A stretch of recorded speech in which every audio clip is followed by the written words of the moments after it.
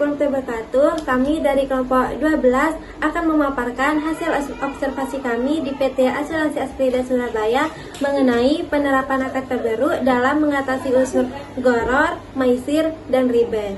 Sebelumnya, perkenalkan, nama saya Srafa Aina.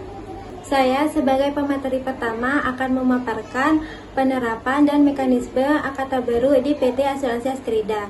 Berdasarkan hasil observasi wawancara di PT Asuransi Askrida Syariah Surabaya menggunakan akad tabarruk, yaitu akad saling tolong-menolong antar peserta, di mana dana tabarruk berasal dari sebagian kontribusi atau premi peserta yang dikumpulkan sebagai dana solidaritas dan bukan keuntungan perusahaan.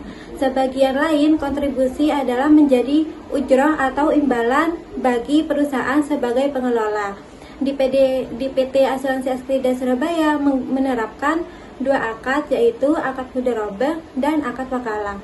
Jadi akad mudharabah adalah kerjasama antara pemilik modal atau sahibul mal dan pengelola usaha atau mudharib, di mana pemilik modal yaitu peserta dan pengelola adalah perusahaan asuransi.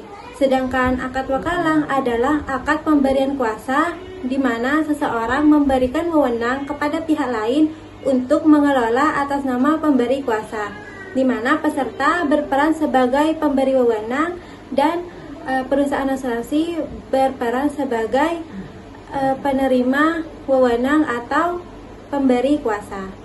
Baik, terima kasih moderator. Saya membacakan tentang peran akad tabarruk dalam mengatasi unsur gharar, itu maisir dan riba. Dan itu adalah industri asuransi syariah di Indonesia pelaksanaan dilarang terhadap praktik maisir, gharar, dan riba dilakukan dengan cara teratur.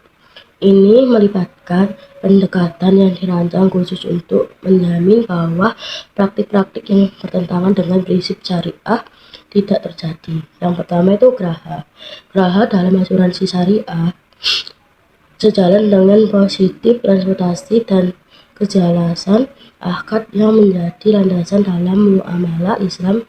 Setiap perjanjian harus dijelaskan secara jelas mengenai hak dan kewajiban peserta serta cara pengelolaan dana serta prosedur pembayaran. Sekian dari saya, terima kasih. Di sini saya akan menjelaskan tentang maisir dan riba. Maisir adalah aktivitas yang mengandung unsur untung-untungan, di mana satu pihak bisa memperoleh keuntungan, sementara pihak lain mengalami kerugian. Dalam asuransi syariah, unsur maisir ini dihindari melalui akad tabarruk, yaitu kontribusi peserta diniatkan sebagai hibah untuk saling tolong-menolong, bukan untuk mencari untung, dan juga pembagian risiko secara kolektif. Dan dana tabarruk digunakan untuk membantu peserta lain yang terkena musibah, sehingga tidak ada pihak yang menang atau kalah.